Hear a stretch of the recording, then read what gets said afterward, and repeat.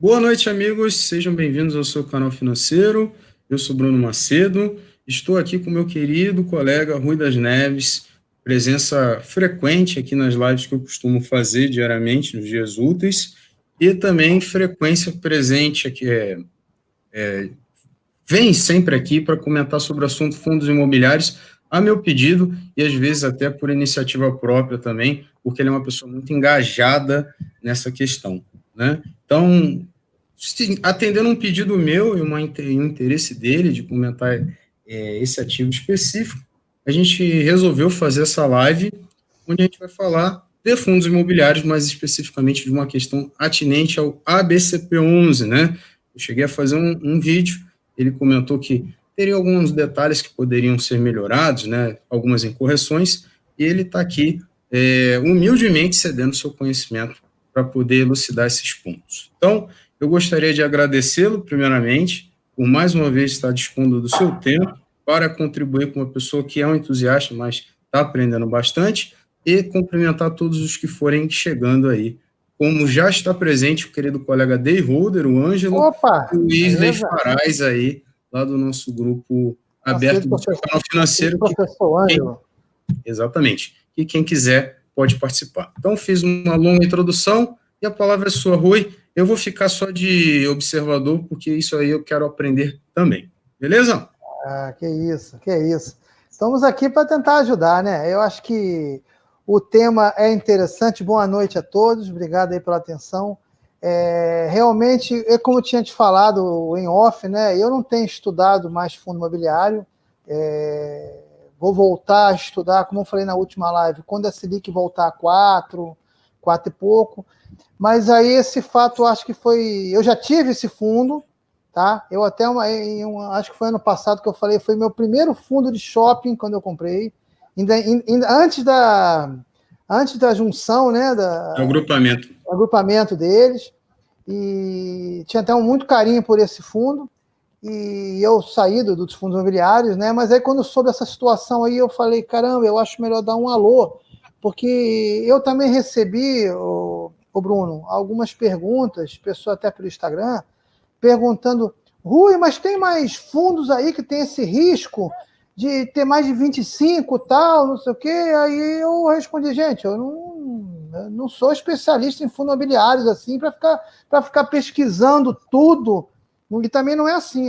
Está tendo umas informações que está dando um erro de raciocínio. Então eu até retornei a você, né? Eu acabei sabendo por você que você ainda tem um pouquinho desse fundo, né? E eu falei, caramba, peraí, então vamos dar uma atenção especial aí. Eu dei uma estudada ontem à noitinha, tá? E deu para preparar alguma coisa aí para ajudar todo mundo, tá? Mas antes, o pessoal vai chegando, a gente vai passar rapidamente em dois assuntos. Olha o nosso amigo aí, Anderson Rodrigues, está sempre nessa live, né? Deixa eu voltar. Que é interessante, até pelos vídeos que você fez. Tá? Eu vi o menino Wesley, né, perguntando sobre o... X-Fix 11. Esse que você Me fez ontem ensinaram no que é o vídeo, né? jeito mais fácil de falar. Isso, olha só. Eu não vou comentar se ele é bom ou ruim, porque eu não gosto de falar em ticket, mas eu acho que não me sinto confortável, até pela força que a minha palavra agora existe perante aos investidores, o pessoal do YouTube. Então, até mesmo se eu gostar de um gestor ou de um fundo, olha o perigo de eu falar que é bom, aí o pessoal, se o Rui falou que é bom, pô, eu vou comprar, daqui a pouco começa a dar problema no fundo, alguma coisa. Sim, E sim. eu não quero me sentir responsável. Eu acho que não chegou ao ponto que eu não posso fazer isso, tá? Quando eu estava no chat lá, eu era o cara do chat que estava sempre lá brigando, já uns 3 a 4 anos, brigando muito pela melhoria dos fundos. No chat todo mundo é igual, né? Agora, quando você está aqui, Sim. dando a cara a tapa, você fazendo as pessoas aprenderem um pouquinho mais com o pouco que você sabe, tem que ter um certo cuidado Tato, né? nisso. Sim. Muito tato. Então, veja bem, as pessoas têm que lembrar que uma coisa é uma coisa, outra coisa é outra coisa. Eu, pessoalmente, eu acho que ETF de REITs é uma coisa boa, ele paga dividendo a sua maioria. Se o cara não quer comprar sem pagar dividendos, é o problema dele, cada um faz o que acha melhor para si, certo? Mas aqui no Brasil, tá, que os fundos imobiliários, em tese, eles são geradores de rendimento, tá? Essa sempre foi propaganda de anos. Aí faz um ETF que coloca todo o IFIX, tá? Todo. Cara, não faz o menor sentido. Até porque o preço dele, ele vai trabalhar muito em cima de pressão compradora e vendedora. Entendeu? E não gera rendimento. Aí alguém, Bruno, pode chegar e dizer, ô Rui, mas você já fez uma live no Will sobre ETFs. Aí eu digo, reveja bem a live, e eu falei muito claramente, eu estou fazendo uma apresentação, que a maioria, o Bruno, não sabe nem o que é isso. A maioria dos novatos, né? Que a gente fala novatos. Então, se a maioria não sabe, eu vou apresentar. Eu, pessoalmente, já tive um deles, tá? Por um momento que eu achei interessante, tá? Mas numa diversificação grande de carteira, achei que era interessante, tá? E eu defendo um pouco, dentro da minha tese, que, gente, vocês têm que lembrar, o que é bom para uma pessoa pode não ser bom para outra. Sim. Tá? Existe idade, tipo de renda, quanto a renda da Bolsa tem de percentual a tua renda ativa, Claro. qual é a diversificação que você tem em geral, é muito relativo. Então, não pode ficar escutando o que os gurus falam que é melhor. Você tem que fazer tantos por cento disso, tantos por cento aquilo, cada um tem que se sentir confortável. Então, eu acho, na minha defesa de carteira, e olha, Bruno, na queda última da pandemia, realmente todo mundo se assustou, tá? Mas eu ganhei muito dinheiro com o IVVB11, mas eu não estou dizendo para pessoas comprarem IVVB11. Sim, claro. Até porque quando você comprou, Rui, quando você tinha, ele atendeu uma finalidade. Inclusive, e atendeu. Evidentemente, o dólar está fazendo um caminho inverso, o que, em tese, prejudicaria o desempenho do IVVB11 daqui para frente. Né? Muitos falam que, tem até uma frase famosa do mercado, que, se não me engano, associa ao Buffett, que o pior ativo comprado no melhor momento, às vezes supera o melhor ativo comprado no pior momento. Então, o IVVB11... A palavra foi espetacular, essa frase. Entendeu? Essa frase foi espetacular. Entendeu? Então, acho que, no meu caso, me dei muito bem. Eu fui vendendo IVVB11 na subida, porque a gente não sabe até onde vai. Claro. Né? A gente não sabe. Fui vendendo em parte e comprando ações que estavam lá embaixo. Então, para mim, funcionou perfeitamente. Eu vivi isso. Ninguém pode dizer que é tese. Entendeu? E todas as pessoas que eu tive a oportunidade de ajudar, de ensinar para entrar na Bolsa, eu sempre disse para ter um pouquinho de VB11 nessa finalidade. Eu não estou dizendo que é bom. Você tem que entender qual é a função daquele ativo na sua carteira. Entendendo qual é a função dele, ele é bom. Se você entender, qualquer um, Claro. se você entender, ele é bom, se torna bom. Entendeu? E as pessoas têm que lembrar o seguinte, mas lá fora, o rate lá fora tem uma comparação. Gente, a verdade é o seguinte, eu fiz um textozinho rápido aqui, tem que lembrar que fundo imobiliário americano, na verdade, são empresas. E para se qualificar como rating, eles têm que ter a maioria dos ativos e rendimentos ligados ao investimento imobiliário e distribuir pelo menos 90% do lucro tributável aos acionistas anualmente de forma de dividendos. No Brasil, o percentual é um pouquinho maior, 95%. Bruno, eu acho que no Brasil, na minha opinião, como investidor, eu acho que ele tinha que ser 90% no máximo. Acho que seria mais saudável até 85%. Tá? Mas eu acho 95 muito, muito alto. Tá? E ainda preciso cumprir algumas regras, como ser administrado por conselho de diretores, administradores, como qualquer empresa listada nos Estados Unidos para alguns benefícios. Olha só as condições. Ter um mínimo de 100 acionistas no seu primeiro ano, não ter mais de 50% das suas ações detidas por 5 ou menos pessoas no longo da última metade do tributável. Olha só, segurando a concentração. Sim. Investir pelo menos 75% dos seus ativos totais em ativos imobiliários e em dinheiro e derivar pelo menos 75% da sua renda bruta de fontes relacionadas a imóveis, incluindo os aluguéis e juros de hipotecas. O principal de diferença é que o REIT consegue fazer fluxo de caixa através de subscrição de ações ou através de empréstimos. E normalmente operam com dívidas altas. Eu até devia botar dívidas muito altas, Bruno, que seria o mais certo. Tá? Portanto, sua alavancagem é estratégia constante.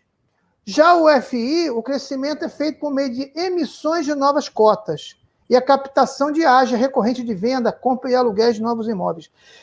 Veja bem, em tese, o fundo imobiliário não pode se alavancar, mas nós sabemos que eles se alavancam indiretamente, tá? Eles montam crise dos próprios aluguéis, eles compram imóveis financiados via SPE.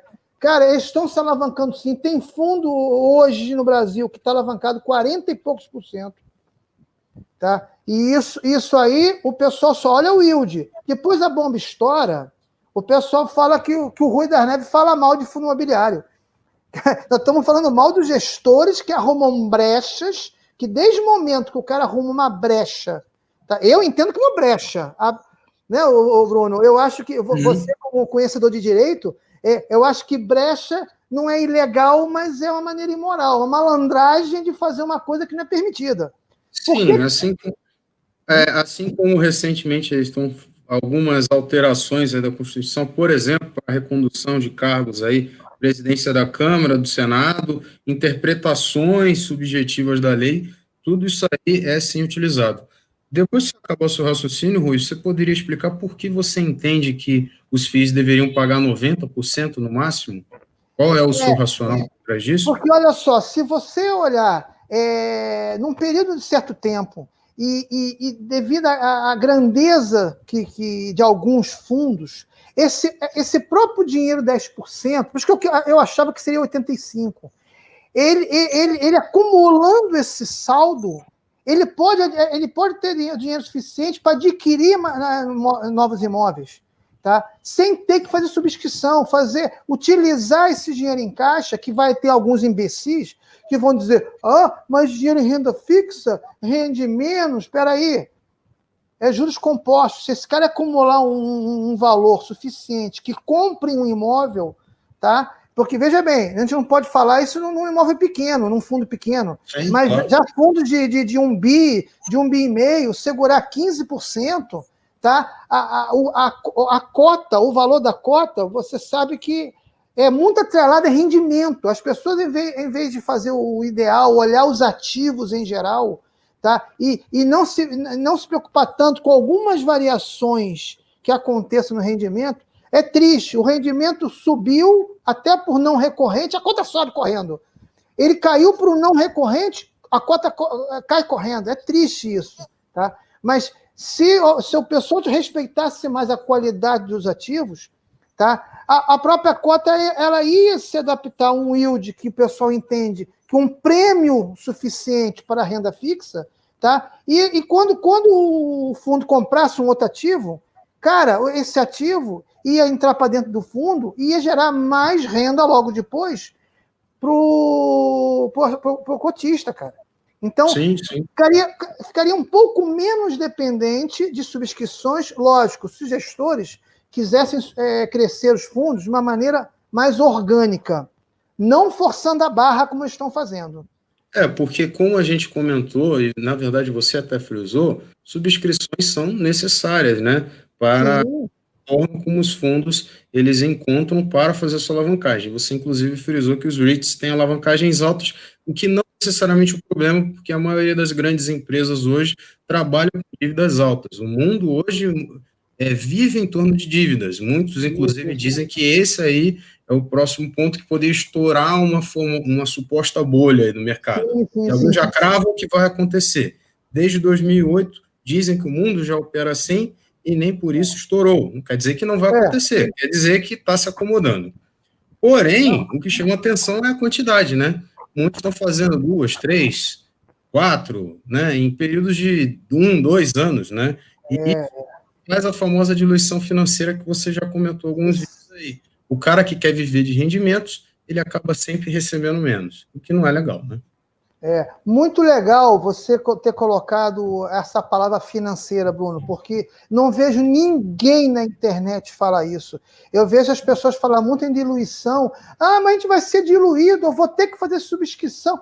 Peraí, gente, calma, eu tenho que entender o que é diluição. O nosso problema, nós como cotistas minoritários, nós temos que preocupar com isso, a diluição financeira. Não esqueça que a gente é pequenininho, cara. A gente é pequenininho. O que adianta ter 0,000 num fundo e vai ficar com 0,0000 mais um zero a mais? Porra, cara, a gente não é nada. A gente é apenas um investidor normal, como outro qualquer, que trabalha suado para botar um pouquinho de dinheiro para melhorar o futuro, para ter um apoio previdenciário, tá? Mas aí o cara fica naquela, bota mais grana e não é diluído fisicamente, é diluído financeiramente. O que adiantou botar mais grana? Está recebendo menos proventos ao longo do tempo, né? O que é uma famosa sacanagem aí.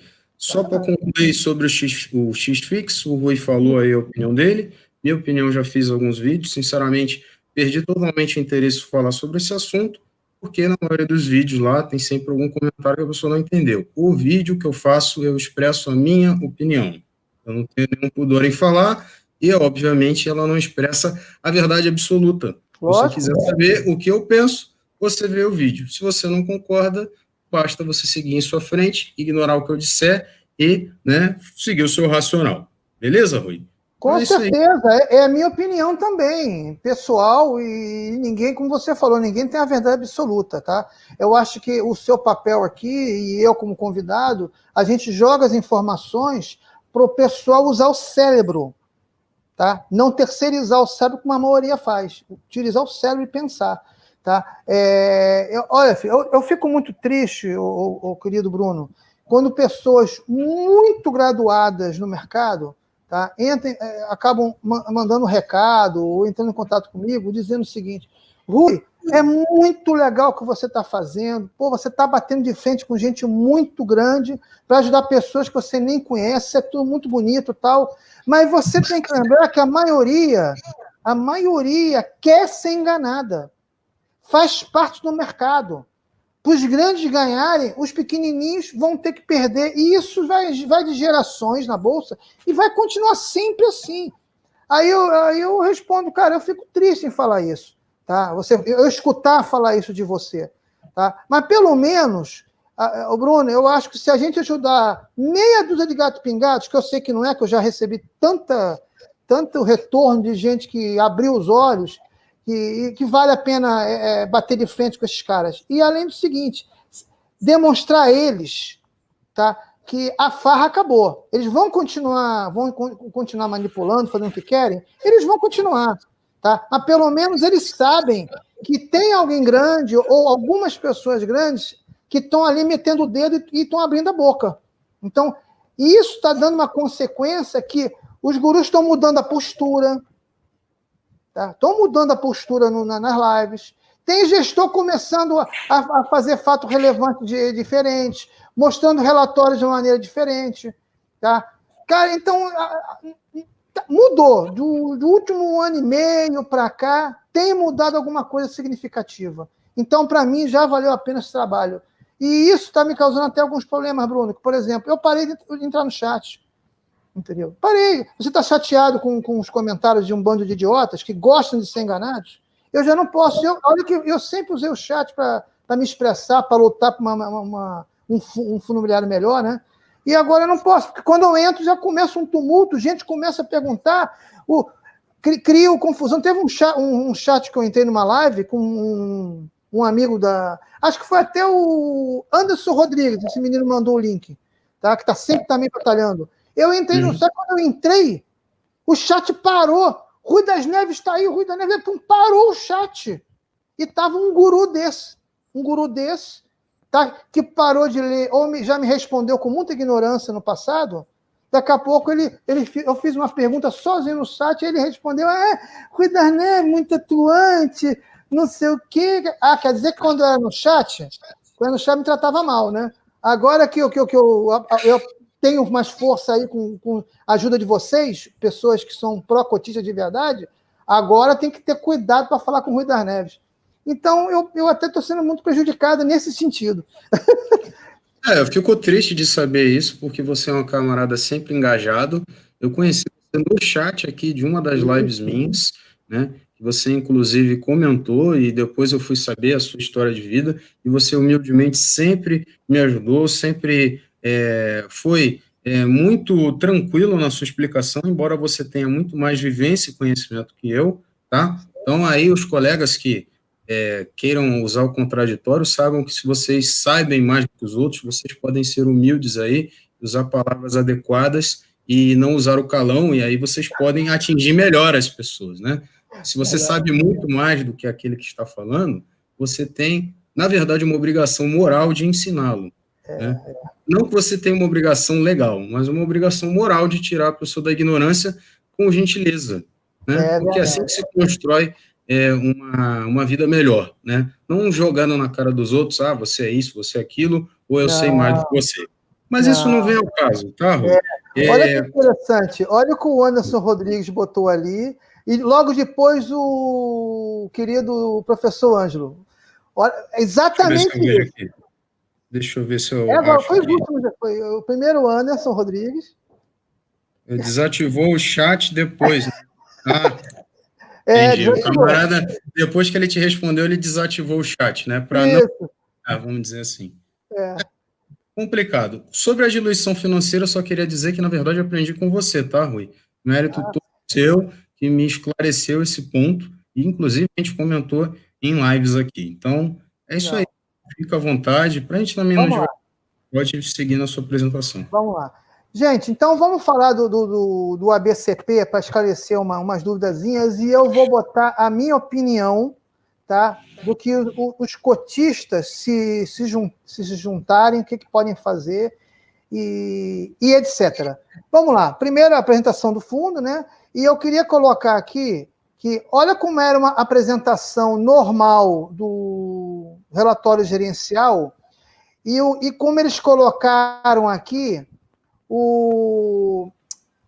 esse fato relevante, essa chamada de reunião. Veja como eles já mudaram aqui e embutiram uma informação, tá? Que o início da administração da Rio Bravo foi 2006. Perceba esse detalhe que nunca teve aqui. É para tentar tirar um pouquinho, em tese, a responsabilidade que eu acho que eles têm muito nesse imbróglio que está tendo, né? Você fez aqui, você já viu isso aí? Não, nunca tinha, né, Bruno? Não, o que eu me lembro era só simples. Normal. Preocupação. Inclusive, o que me assustou mais foi aquele lá dos 25%, que foi questionado, né? Isso. Ficar sem pagar remuneração por causa disso, né? Suspenso. Ele e o CTXT, que é outro aí. Isso aí. Numa situação parecida. Mas eu vou explicar aqui. Nesse fato relevante, gente, eu não botei tudo, eu botei um pedaço que interessa, tá? O Bruno, eu até pedi o Bruno para deixar estabelecido ali, guardado, né? Mas eu acho que não vai ser necessário. Mas vamos lá. Nesse fato, ele está explicando que foi feita uma multa, um auto de infração de 158 milhões, quase 159 milhões, né? Que equivale a 15% do patrimônio líquido do fundo. Perceba-se que a cota, erroneamente, na minha opinião, ela caiu 15%. Tá? Aí você vai perguntar, Bruno, por que erroneamente? Essa cota, na minha opinião, ela de cara tinha que ter caído pelo menos uns 25% a 30%. Aí você vai dizer, por quê, Rui? Porque as pessoas estão desapercebendo o seguinte, tá? Essa multa, ela só compreende de 2016, onde é que está o mouse aqui, a 2018, tá? E nós sabemos, tá, que o limite de isenção de multas e tudo mais é 5 anos, tá?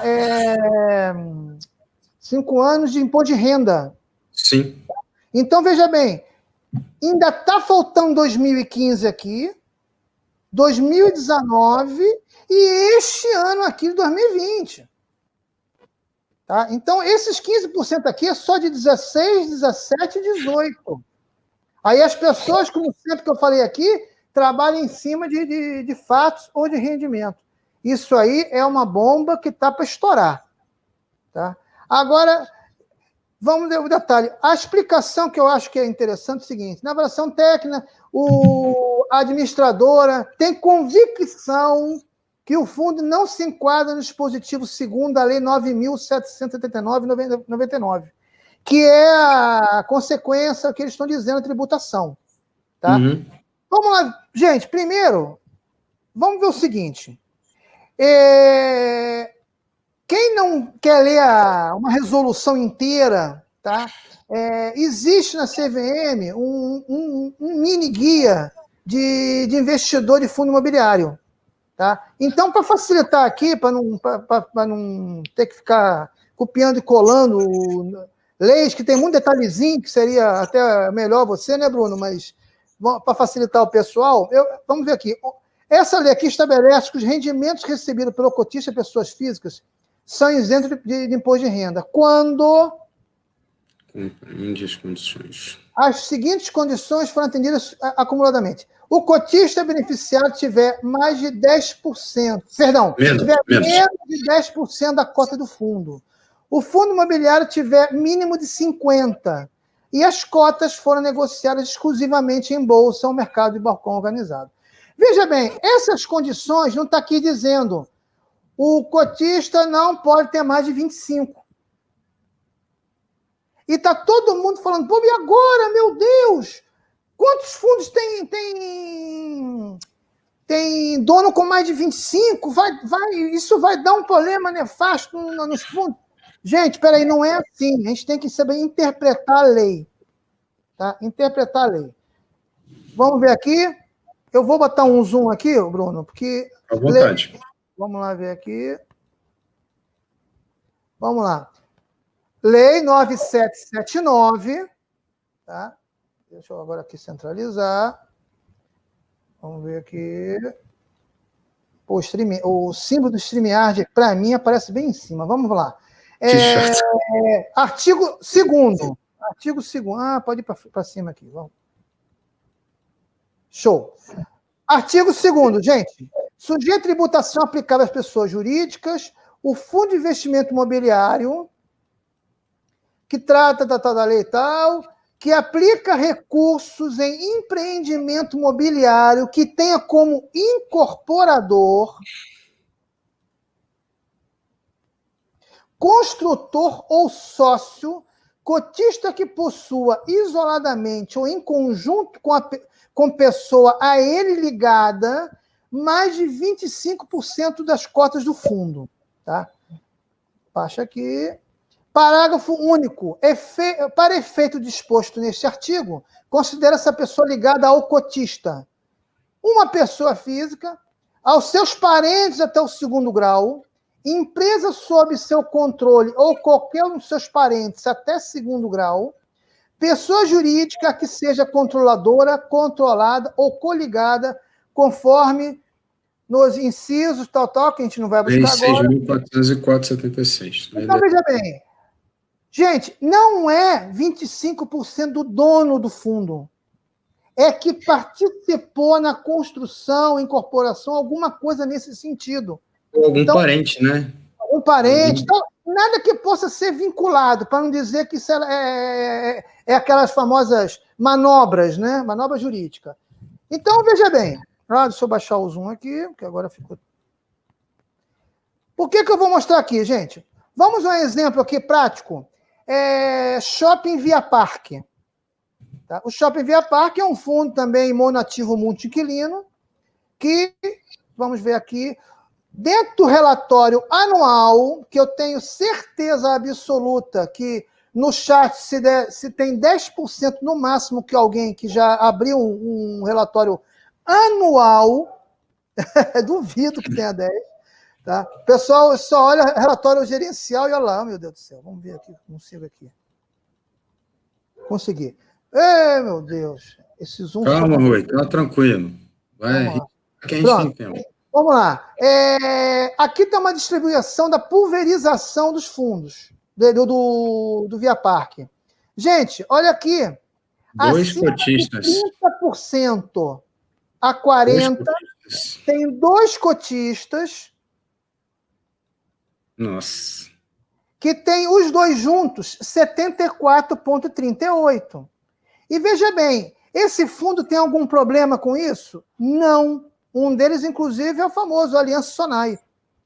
Entendeu? Então, veja bem, ele tem mais de 25% e não tem nenhum risco. Vamos mais um outro? Vamos ver aqui. O que eu busquei agora, para não meter zoom, ficar voltando e trazendo, que eu já não lembro mais, foi ontem. Detalhe, mais um da Rio Bravo, hein? Detalhe, né? É verdade. Agora, esse aqui. O shopping Praça da Moça. Praça da Moça, por exemplo. Veja bem como é que está aqui. 5 a 10% de pulverização. Um cotista sozinho tem 78% do fundo. E o resto dos fundos tem 257 só pessoas. Por isso que a liquidez dele é muito baixa.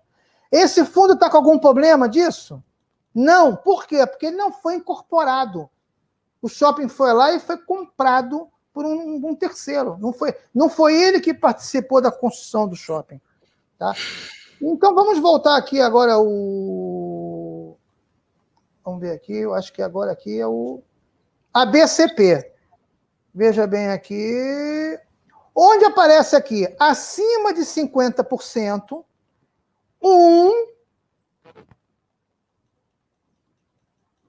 tem 61,41.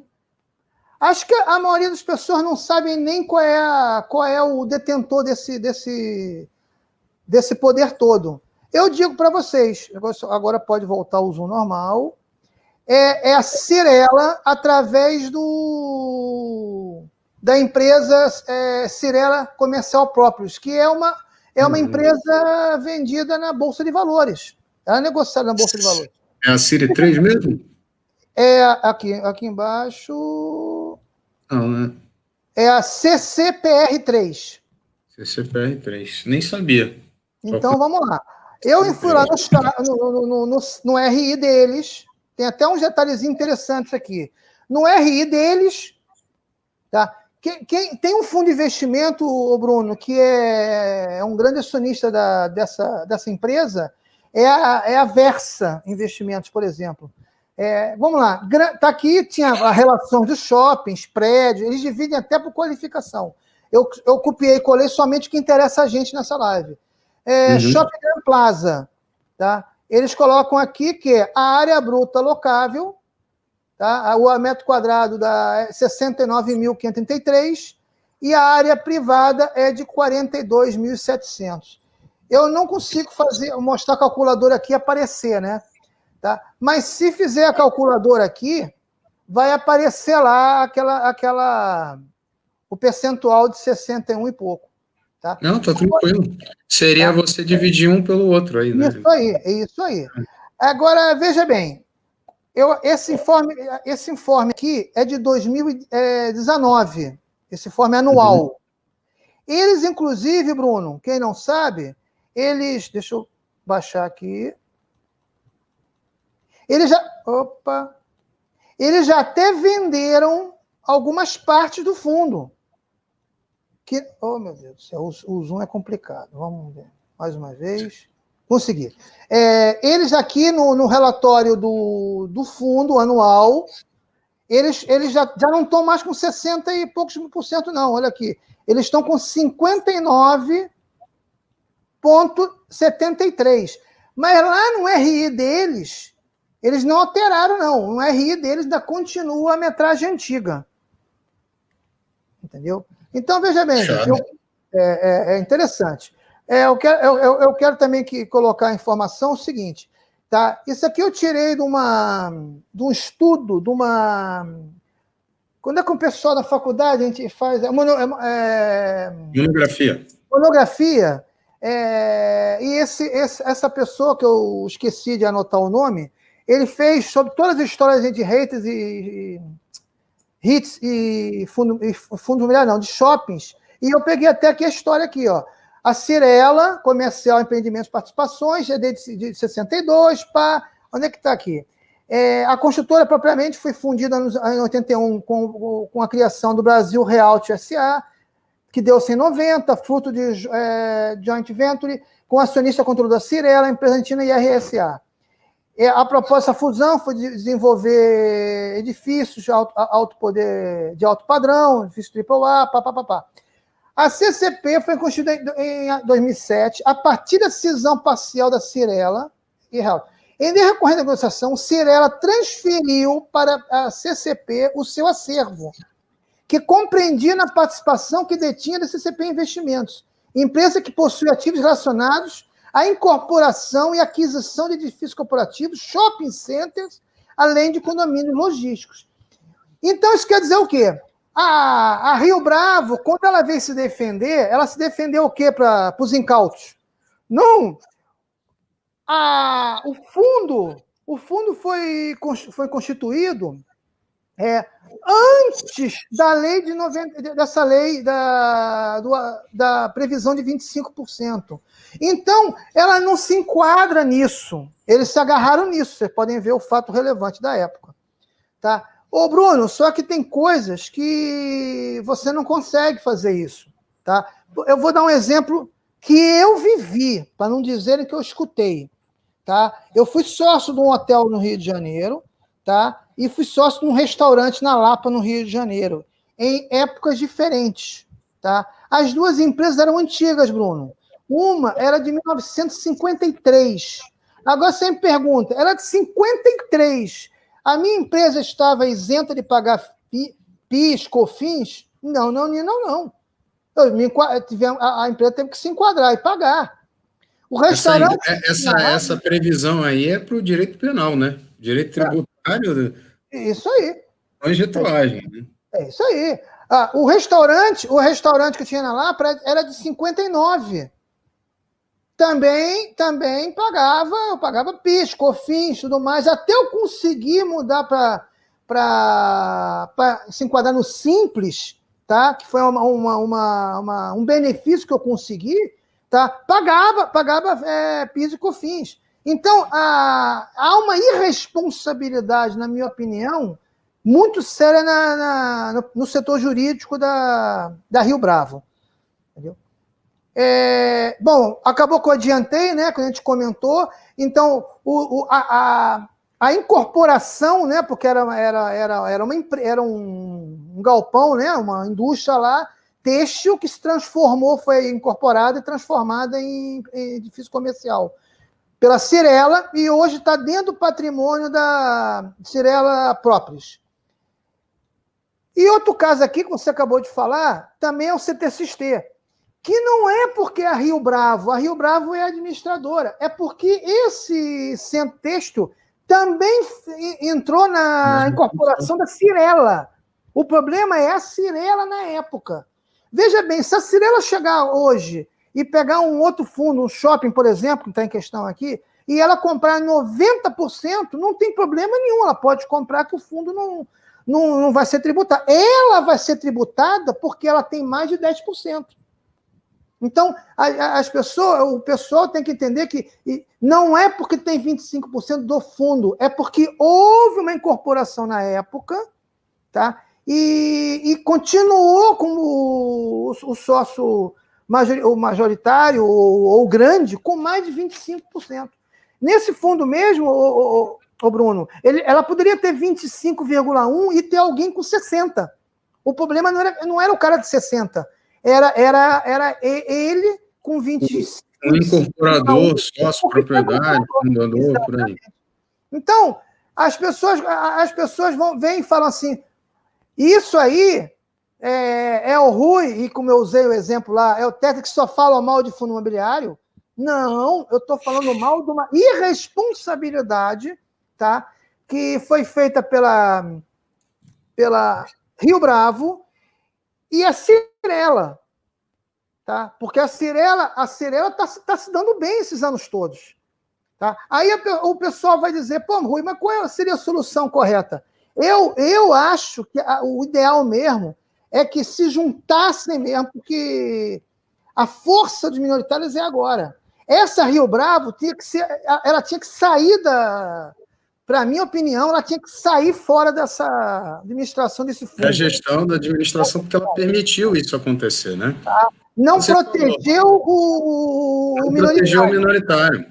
Agora, veja bem, vai ter essa cisão. Ô, Bruno, se essa Rio Bravo ela fosse pró-cotista minoritário, ela grande arcaria com tudo. Exatamente. Ela faria uma chamada de uma assembleia e ganharia uma autorização para processar, na pior hipótese, a Cirela. Ela podia tentar disfarçar e processar. A Cirela é que ficou esses anos todos tomando uma vantagem tributária, tá? Uhum. E se o fundo tem que sair e ter despesas que as pessoas não estão se tocando, qual é o múltiplo da subscrição? É 1,44, né? 1,44, é bem pequeno. Quer dizer... O valor patrimonial 1 para 1, né? Hoje o fundo está 76 e a subscrição é no valor de 86,98. E no site de Fundos Explorer é 1 para 1, mas a gente já sabe, você já explicou que tem toda aquela questão, né? De saldos, como é que você fala? Rendimentos adiantados, né? Isso aí. Rendimentos projetados. Então, não seria exatamente 1 para 1, né? Não, mas eu digo quantas... essa subscrição, eu não li, porque foi ontem à noite, gente, que eu fui dar uma estudada. Sim. A subscrição, você tem direito a quantos por cota? Então, vamos lá. Então, já que você não leu, isso aí eu posso comentar, inclusive. Eu já até fiz o vídeo. Isso, eu sei. Vai se criar 2 fundos, isso você já está sabendo. Né? Sei. O fundo grão 11, que tem a BCP 11, se for aprovado, no dia 30/12 vai ser o último dia que ele vai circular, e aí no dia 4/1, que é o primeiro pregão, provavelmente os outros dias não são úteis, quem tem a BCP 11 sem ser a Cirela, né, já que você disse que já cravou que era eles, eu não conhecia, vai receber uma cota do grão 11. E o ABCP 11 vai ficar todo com a Cirela. Além disso, vai haver uma subscrição no valor de 87,98 para os cotistas do ABCP 11 atuais, os minoritários, para cobrir as taxas de emolumentos, transferências e criação do grão 11. Para a criação desse grão 11 é que vai haver essa subscrição, porque se não houver a integralização por meio dos cotistas do atual ABCP 11, que vai para esse grão 11, aí, né, o fundo falou, alguma cobrança vai ser. Não sei se vai ser diluído o rendimento, não sei. Sim. Mas cada 10, eu tenho 10 cotas do 1,44 é pouco, né? 1,44 é pouco por cento. Dá o quê? Você pega a cota do fundo. Tu tem 10, você vai poder comprar 1,44? Na verdade 100, né? Que é por cento. Cada 100 você vai poder comprar 1,44, não é isso? Por cento. Então, tudo bem. Não é 44%, é 1,44%. Mas, assim, pequeno. Né? Eu, por exemplo, por isso aí, não teria direito a uma que fosse. Mas os cotistas é que vão pagar essa... Tá. E por que nós temos que pagar os cotistas minoritários? Se foi a Cirela que ficou esses anos todos se dando bem e essa administradora? O certo posso botar na tela aqui, Rui? Pode. Vou botar na tela só para mostrar, já que você abriu essa brecha. Quem não viu o vídeo ainda, aproveita e a gente já fala agora, tá? Isso aqui é o fato relevante, tá? Só para mostrar para os colegas, tá bom? Tá tudo aqui. Aqui é um resumo do fundo, aqui é um resumo da proposta, a justificativa justamente para evitar uma tributação, porque é o seguinte, se não fizesse isso, segundo eles, aí tem a multa também, ou seja, independentemente da multa que pode acontecer, eles estão tentando evitar essa multa por ter havido esse descumprimento, esta subscrição é para gerenciar os custos de criação deste novo fundo. Então, está aqui como vai ficar, ó, detalhe, né? Então, a Cirela vai ficar com 600, já tem 659 milhões aqui do fundo, né? 60% do empreendimento que eles vão ficar, e os novos cotistas 414. Eles vão ficar com 60% do empreendimento e os minoritários 38,5%. Aqui que eu falei, né? Uma BCP11 vira uma GRAN11 e a participação relativa, né? 2% da BCP11 vira aí uma participação relativa de 5,2 no GRAN11. Aqui ele fala, dá para fazer voto online, quem não sabe, lá no site da Rio Bravo, você pode, se você é cotista da BCP11, imprimir um documento no Word, preencher para fazer a sua votação, se você é contra ou a favor disso aí, se é que a gente pode acreditar que isso vai ter algum peso. E aqui estão os casos da emissão das cotas, ó, R$ 87,98 é o preço. Se você for lá no Fundos Explorer, ele vai te dizer que é exatamente o preço sobre o valor patrimonial, seria R$ 87,98, 5 milhões, quase 6 milhões de reais, 68 mil cotas aproximadamente, 1,44 percentual de subscrição, né? Então, a cada 100, você tem direito a 1,44. Isso aí. Então, veja bem, gente, votem, aceitem essa mudança e atenção, senhores gestores de outros fundos, vamos fazer aqui, eu reclamo muito, vamos fazer a concorrência, tá? Se apresentem ao fundo e façam uma oferta para ter nova administração, e nessa oferta acione um setor jurídico para processar a Cyrela e a administradora Rio Bravo para pedir ressarcimento. Não é pedir indenização, danos morais, isso aí não. É ressarcimento por um custo que eu acho que é totalmente errôneo. Estão sacaneando os minoritários. Tá? Não pode ficar... A Rio Bravo não pode passar impune. Tá? Para a gente colocar números aqui, né? Para a gente colocar números. Cada 86,98 vai dar uma cota, né? Então, seria mais ou menos a cada 100 cotas que você detém, né? 86,98 vezes 100, né? Ah, não, deixa quieto, né? Vai ficar muito... Sim. Vem cá. O custo, em tese, não é alto, mas é absurdo a gente pagar. E a cota patrimonial? Quantas pessoas tiveram prejuízo? Está 76 agora, Rui. É uma subscrição acima do que ela está agora. Ou seja, estão querendo convencer você assim, subscreva, senão vai ser pior. É isso. E quantas pessoas já tiveram prejuízo patrimonial nisso? Claro. Não pode passar impune. A Rio Bravo tem que ser corresponsável. Mas eu entrei em 2006, como eles colocaram logo correndo ali. Tá, vocês entraram, fizeram uma vistoria, e aí quando teve a multa, ainda ficaram enrolando, dizendo, não, mas a gente não entende que que nós vamos ao Supremo, nós vamos ao Papa, a Deus, ao capeta. Isso eu vi mesmo, no fato relevante. Pelo amor de Deus, tá na cara. A Cyrela se deu bem esses anos todos. Entendeu? Essa é a verdade, entendeu? Bruno, pode voltar à apresentação para eu finalizar aqui? O pessoal vai dizer assim, o pessoal vai achar que eu estou falando só agora por causa da... Quando voltar, você me avisa, que eu já voltei para o PowerPoint e não estou vendo mais nada. Não está vendo, Rui? Está aí na tela. Ô, Rui, você não tem obrigação nenhuma de falar sobre isso, até porque você publicamente já falou que não tem mais fundos imobiliários. Você está fazendo gentileza de esclarecer as pessoas. Se ainda assim as pessoas querem ignorar isso, é direito. É verdade. Então, veja bem, numa live, tá? Não é de hoje que a Rio Bravo é muito espertinha. Você já lembra? Agora estou lembrando disso aí. No nosso amigo o William Wallace, perdão, em fevereiro de 2020, tá?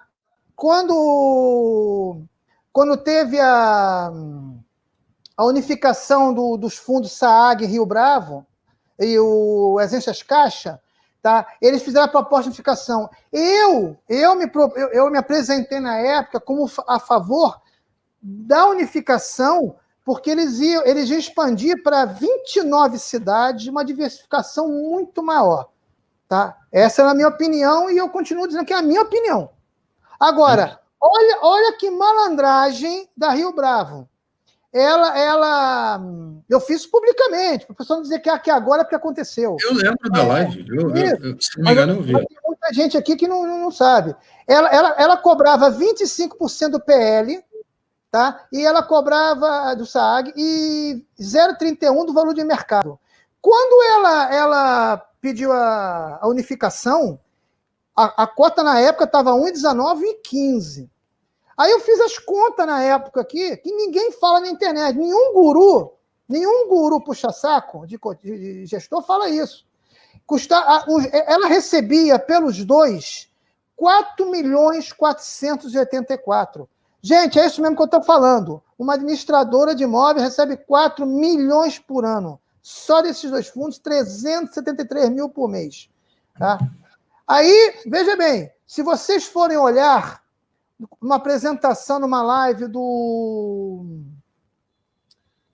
professor Arthur Vieira de Moraes, eles estavam lá fazendo a proposta. O professor, eu fiz uma crítica pesada no chat, mas o professor, na época, ele não leu meu nome, mas só falou da crítica. Tá? Mas a Infomone, que esse aqui no canal dele, não tem chat. Eu digo, no original, na XP, ficou o chat aberto. Quando acabou o chat, eles apagaram. É uma das coisas que o Anderson Rodrigues, nosso amigo, sempre fala. Eu vou tentar ver se pega o microfone aqui para vocês verem como é que ele saiu pela lateral. Tem uma crítica aqui, não que eu acho que você tem todo o direito de fazer a crítica, mas eu vou procurar perguntas aqui, tá? A ideia é a gente esclarecer dúvidas. E a crítica está pública, que qualquer um pode ler depois. Deu para escutar, Bruno? Sim, claro. Ou seja, ele tem todo saiu direito, fora. mas é para fazer perguntas. Mas a crítica também é, né, enfim, ele quer saber a defesa da pessoa perante a crítica. Né? E eu sempre né, no chat, eu sempre fui incisivo, mas sempre respeitoso. É por isso que eu nunca fui bloqueado. Nunca fui bloqueado em canal nenhum. Você nunca chamou ninguém de burro nem de alucinado, né? Não. Sempre fui respeitoso. Tá. Tá bom? Então quem faz isso sabe, né? Por quê, né? Depois não pergunta por quê que é bloqueado. É verdade. Eu vou botar agora aqui. Ó, agora foi a segunda pergunta do 44-43. Olha a malandragem da Rio Bravo. Vamos lá. Temos mais uns minutinhos aqui, ó. Não sei se isso é possível responder. O Rui das Neves está perguntando se alguns locatários já deram algum sinal de entrega parcial de alguns imóveis. Esse time é estratégico agora por isso? Esse time é estratégico agora por isso? Acho que é importante.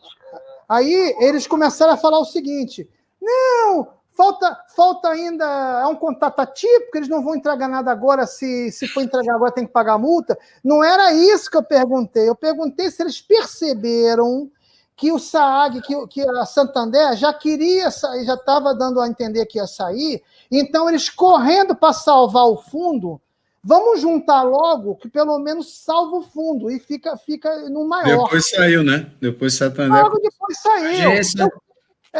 Eu sentia malandragem.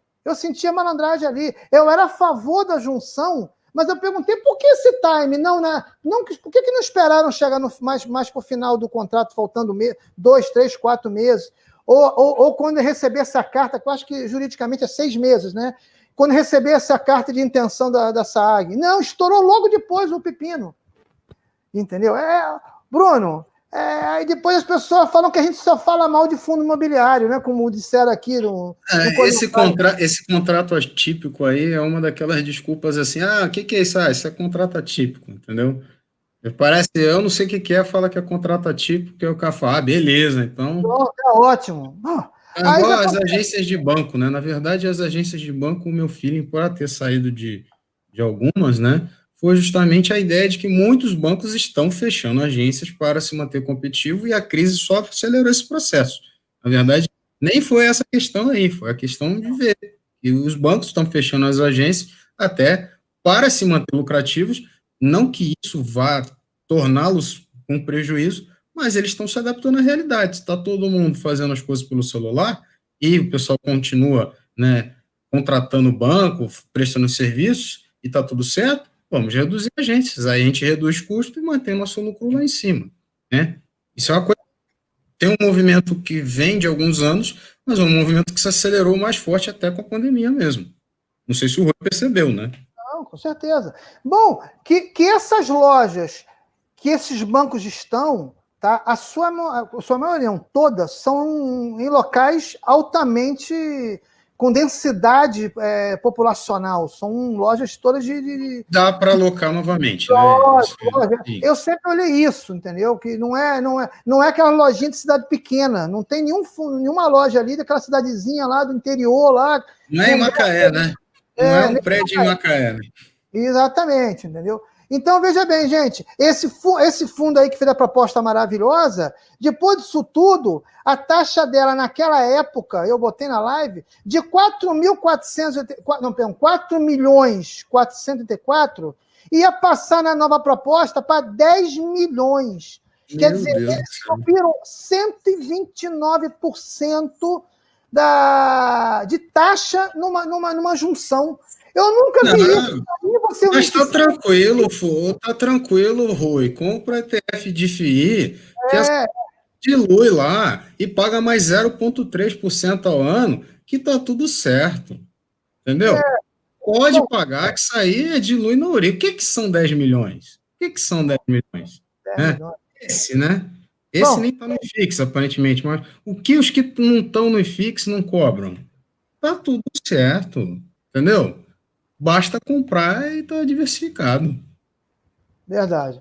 Bom, gente, então a minha opinião é que o fundo, os cotistas tinham que se juntar, tá? E agora quero ver aquele pessoal que fica chamando o cotista para fazer votação só no fundo que é dele. Ô, Bruno, eu fico abismado. Pode botar nós dois, já finalizou para a gente. Beleza, vamos botar aqui. Eu fico pasmo que como tem canal de investidor, que quando tem algum problema no seu fundo, ele fica tentando chamar a gente para fazer votação. Aí, pessoal, isso aí está defendendo o cotista, está defendendo P nenhum, está defendendo o seu interesse. Eu, naquela campanha, naquela vez, eu falei daquele grupo do GRIF, tá? Que aparece de vez em quando acontece algum pepino, como aconteceu agora nessa da agência. Eles estão pouco se lixando para minoritário. Aí vem um bando de puxa-saco de chat. Oh, que legal, é isso aí, investidor unido. Eles estão pouco... É um grupo fechado de gente de nível social muito alto, tá? Que só aparece quando há algum problema no fundo deles, como aconteceu com o Teboff. É isso que eu ia falar, para você dar uma explicação para quem não viu do grupo GRIF, né? Que seria um grupo de cotistas que tem participação relevante no fundo, né? Isso. Eles foram se conhecendo há muitos anos atrás, tá? Eles têm a sua relevância nisso aí, eles ajudaram muito naquela época, tá? Só que eles começaram a perceber que eles se juntando, eles teriam uma força. Então, eles fizeram uma associação, um grupo fechado, tá? Então, eles juntos conseguem, às vezes, ter 2%, 3%, 4% de um fundo. São investidores. Só que eles estão um pouco se lixando para a indústria. Que, inclusive, tem um camaradinha desses do GRIF que é ex-dono do Rio Bravo. Mas na hora de a Rio Bravo se juntar e aumentar 129, ele não puxou a pelanca, não. Ele não balançou as pelancas, não. Mas quando a Santander foi sair, eles foram lá, que absurdo, que não sei o quê, que a Santander está fazendo sacanagem. Ué, então vem agora falar do ABCP. Ah, vocês não têm nada no ABCP, né? O pessoal que tem canal que diz que é investidor, que protege minoritário, por que não vem falar do ABCP? Porque não tem cota. Eu não tenho essa cota. O Bruno ainda tem, mas eu não tenho. Eu tenho uma participação bem pequena, porque eu não tenho por mote vender. Inclusive, me arrependo, porque o Rui já comentou várias vezes, se eu fosse seguir o racional, não porque tem que vender tudo, é porque realmente eu posso estar caminhando num sentido muito... Então, não é algo que vá, assim, impactar meu patrimônio, é bem pequeno mesmo a minha participação, tanto é que eu não vou ter direito a essa subscrição aí, eu não sei como é que eu iria fazer para participar, não sei nem se eu tenho interesse, né? Estava até considerando sair no prejuízo, não por causa do fundo em si, né, de fundos imobiliários em si, mas por causa que isso é uma sacanagem, né? Isso aí realmente é um desrespeito com o fundo, com o cotista. Mas isso é uma decisão pessoal que eu teria que ver com calma, né? E eu não vou cravar o que eu vou fazer. Mas eu sim considero um desrespeito. E mais, galera, vocês têm que acompanhar de perto aqueles ativos que vocês compõem e colocam na carteira de vocês, tá bom? Para vocês não serem pegos de surpresa por coisas como essa, né? Infelizmente, né? E assim, eu tenho fundos imobiliários na minha carteira com finalidade de ter uma renda recorrente mensal, né? Respeito àqueles colegas que querem se expor ao mercado imobiliário, eu quero me expor ao mercado imobiliário. Acho que para isso você poderia investir em ações, né, do setor imobiliário, que também pagam dividendos. Mas eu acredito que a maioria de nós se expõe a fundos imobiliários para receber uma renda mensal. E essa questão de diluição financeira, de você ter que pagar a criação de um novo fundo por causa de um erro da administração, isso é um desrespeito muito grande. Eu não tenho nem palavras para falar sobre isso. Ô Bruno, para a gente encerrar aqui, tem o Bruno Balabalian, tem o Balabran. Posso passar algumas perguntas aqui, Rui, rapidamente? O Wesley Paraíso, eles estão dizendo que estão pasmos com treta. Gente, eu já falei, ações também tem treta pra caramba. Mas não tem um maluco que nem com um Rui das Neves da vida para ficar metendo a boca no trombone. Tá? Tem tudo que é lugar. Não é só eu vou falar nomes aí, mas são nomes que estão na boca do povo, de pessoas que... influenciadores, não do nome dos influenciadores, mas do nome dos ativos que vocês sabem que foram movimentados por causa disso. Cogna, IRB, Via Varejo, JH, pessoa descendo o martelo na empresa lá, entendeu? Com tanto afinco que você se pergunta, poxa, né? Qual será o interesse que a pessoa tem, né? Porque parece que só existe essa empresa na Bolsa, né? De repente ela é inexpressiva, inexistente, irrelevante. Eu e o Rui, a gente comentava dela quando custava menos de R$3, e agora que chegou a custar 7, 8, 9, quase 10 antes da crise. As minhas netas têm JHSF. Não estou dizendo que é bom ou que é ruim, mas assim, caramba, agora ela virou um caos, ela não era antes, né? Enfim, vamos lá, Paranapanema, Wiz, né? É difícil você investir no Brasil. Recentemente a Natura. Clabin. Essas coisas lá fora acontece, só que lá o pau canta, tá? O pessoal vai atrás, a justiça não deixa aqui, né? Virou a esquina, tá uma empresa que você nunca imaginava envolvida numa coisa como essa. É bizarro isso aí. O David Perillo perguntou se uma empresa pedir recuperação judicial parar de pagar aluguel, o FI consegue tirar ele. Olha, não é por ser FI, David, é um contrato que o setor jurídico vai ter que tirar. Agora, independente se é um fundo imobiliário ou não, a lei é igualzinha.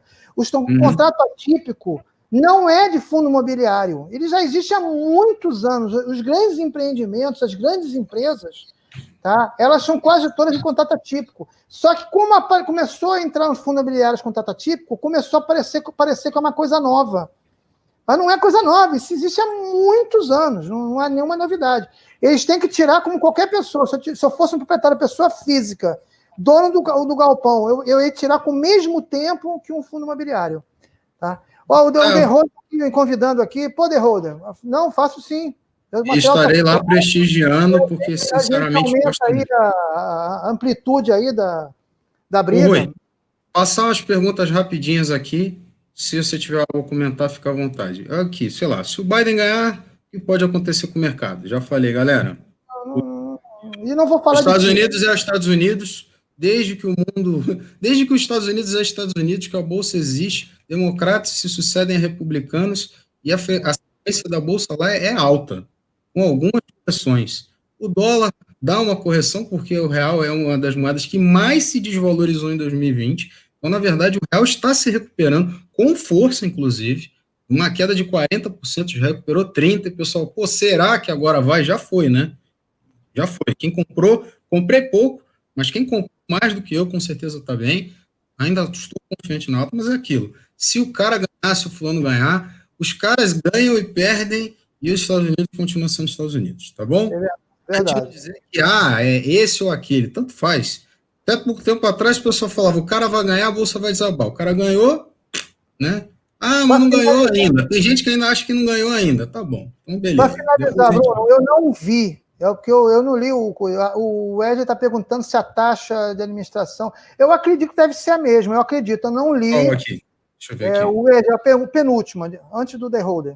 A taxa no Gran Plaza vai ser a mesma? Então, o que acontece? Esse fundo aqui, o Gran Plaza 11, ele vai ser votado na Assembleia.